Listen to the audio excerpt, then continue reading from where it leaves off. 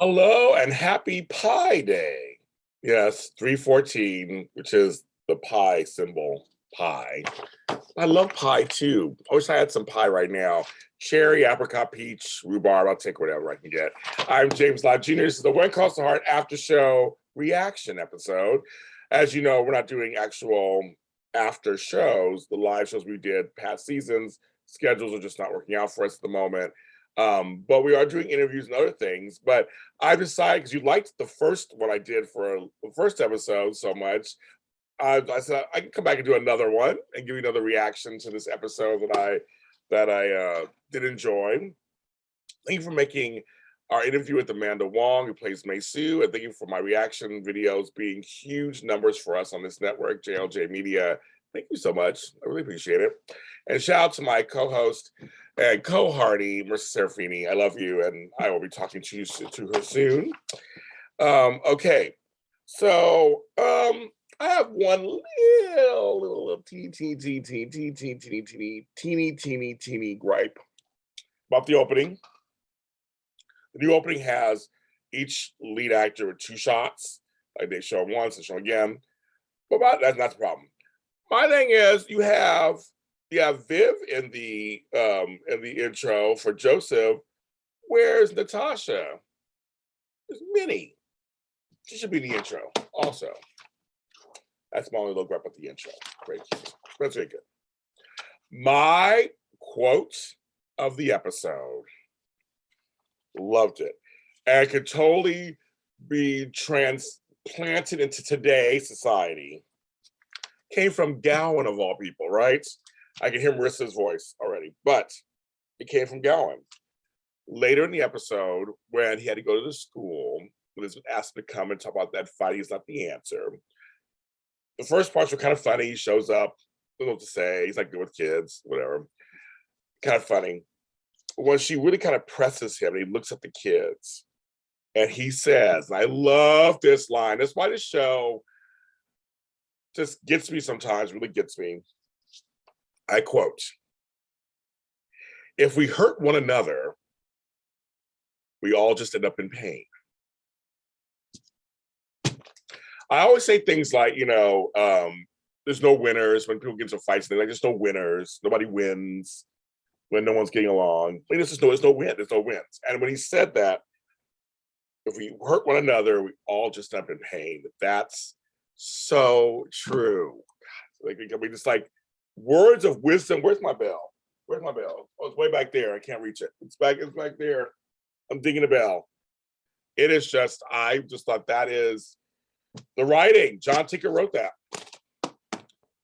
Thank you, John. That was amazing. So I just want to make sure I mention that first. That was my first big reaction to the episode.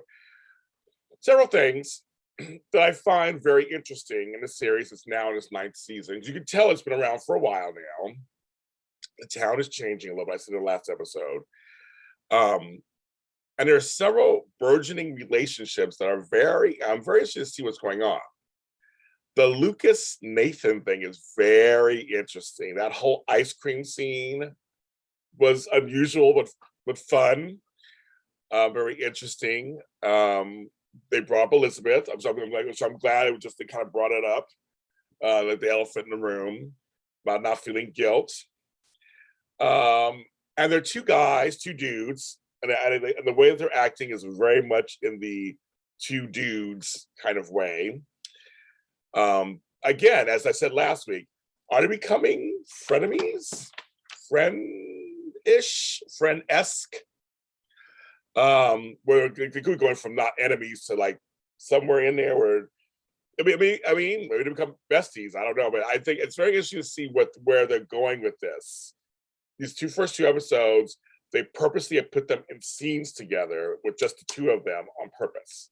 So it's kind of like, okay, there's something possibly brewing there. And it also, that's juxtaposed with Elizabeth and Nathan. When they show us with Lucas, she's totally in love and starry-eyed and all that. I found it a little strange. Everybody don't get mad at me. I find it a little strange when they had the accident. Almost everybody rushed to Elizabeth as if she was his other half. It's kind of like, well, she should find out about it, of course. But even Luke, everybody was kind of like, you have to go, you have to go. He's been in an accident, you have to go. It was a little much for me. And I thought, well, no, it's not her place to run to his side. That's like, but they're doing this thing where they're kind of this playful thing happening. So maybe they're also are going to start to make them become friends. Maybe the three of them become friends, or four. Who knows? There's the fourth in there. Because later when you said they totally played it up in the previews. Of course, the previews do. I have to chuckle on that. But they were totally like, "Who are you?" And she's like, "Oh my goodness," the music and everything. And he's like, basically like, just kidding. And that made me chuckle. And later too, when she comes back, there's this kind of playful thing he's doing with her. And I went, okay, maybe that's them. It's gonna be kind of like this comedic kind of jokester way to get out of that. He had feelings for her.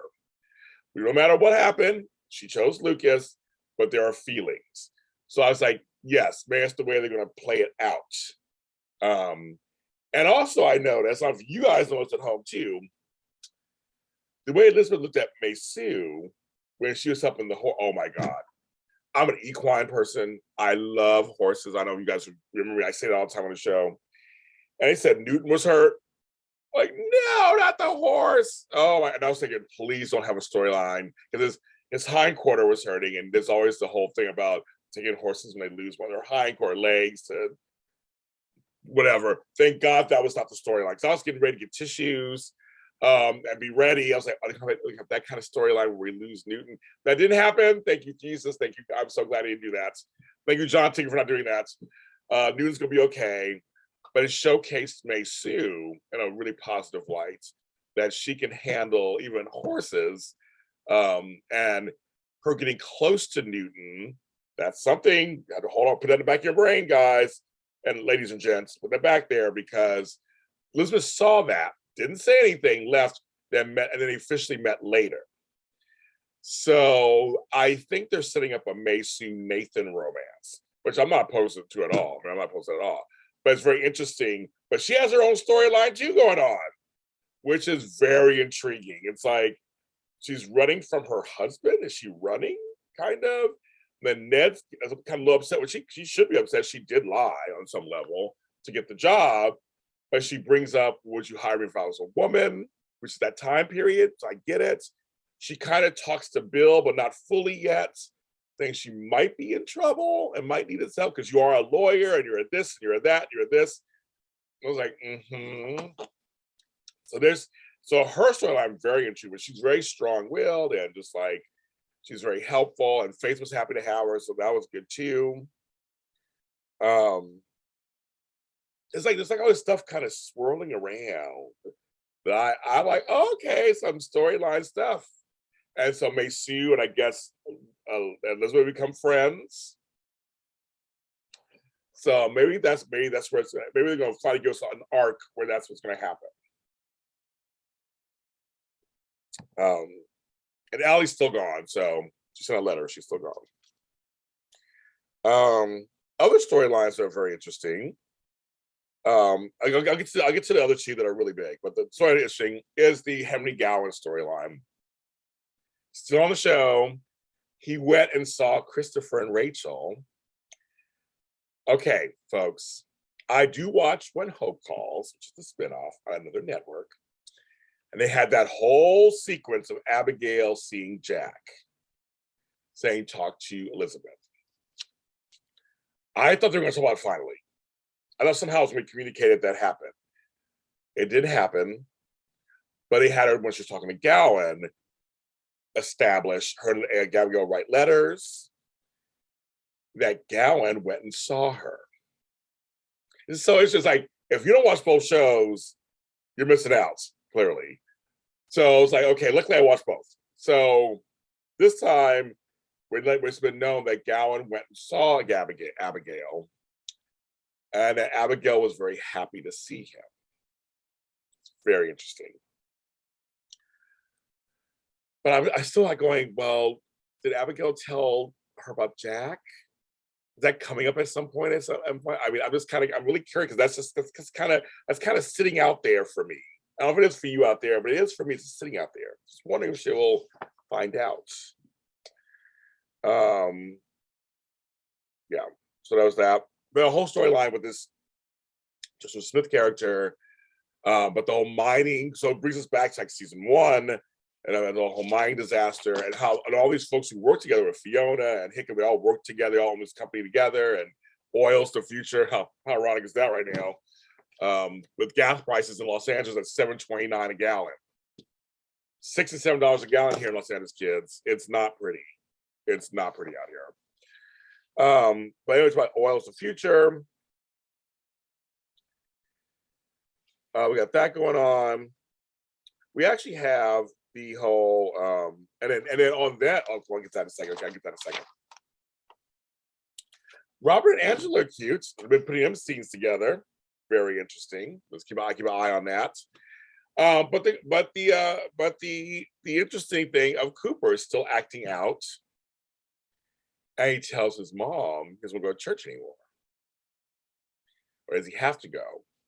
And Joseph's a very interesting character because he is God-fearing man and a pastor, but he's also a regular man. I like the layers they play with him. You know, Minnie's the level-headed one, but she has her fears too. She's not perfect. She has her fears and stuff. She talks, and it's just funny. I love the way they communicate. They come together. He's a little more hot-headed, kind of, which is very interesting for a pastor. He says he's impatient. He's just like, his first thing, what will they think if he doesn't come, my own son doesn't come? And she was like, the level-headed. Minnie's like the level-headed one. It's like, it's between him and God. It's going to be fine. We'll work it out as a family. But it's funny what she said. When we chose this, it was our calling, not just yours. It's ours. And I love that. I just loved that. And they're playful with each other. They love each other. Their playfulness. For me, seeing Black love on television, you don't see it enough. I love it. The playfulness with the muffin being hot. I've been there actually before. You're like, the muffin's hot. You don't drink a muffin. I just love this couple so much on this show, this family. And I'm very curious with Cooper's story. Like, where is this going to actually lead? Because even after the fight thing with Gowan coming and speaking, Cooper didn't look happy. So there's something he's testing, I should say, he's testing things out. Someone who raised kids, we know what that's like. So I thought that's, again, it goes back to When Calls to Heart, having universal themes that can translate at any time period. So they always do that. My favorite couple, Rosemary and Lee, just being as cute as they can. And in the end, he's going to work with her at the Valley Voice as managing editor. Their sweet scene. So we get a new mayor. I should say that, but you get a new mayor, and Lee lost. So you tell he's down in the dumps a little bit, and turns out Bill and Lee's votes were split, and now we have Hickam as mayor. I'll talk about that in a second. But with Lee losing, but him sitting down and Rosemary being there for him, talk about how far she's come, how she just comforts him and says, I want to hear your speech. That was the sweetest thing, your acceptance speech. That was such a cute thing, and it was long. It was kind of funny. It's very Lee. But he said, just read the last paragraph, and it was about his wife. I thought that was just, those are the moments I love. And about my crush on Pascal Hutton, it'll be forever and ever, ever, ever, amen. I just think she's beautiful. They're just a great coupling. When they showed those season kind of preview, some trials are coming up for them. I see how they're setting it up. So I'm already holding on, going, no, but right now they're very, very cute together.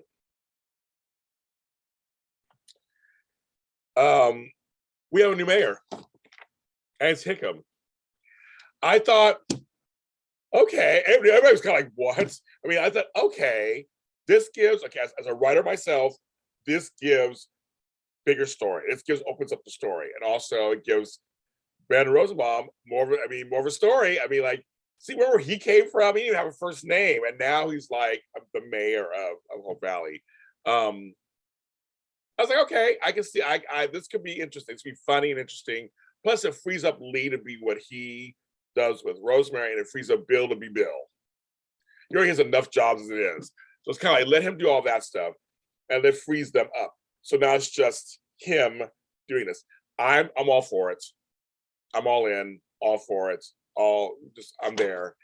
I'm so excited. So he does. Him and Fiona are so fun together. And he's saying he should step down and give his portion to her. And there's such a respect between the two of them, and a friend. There's a friendship.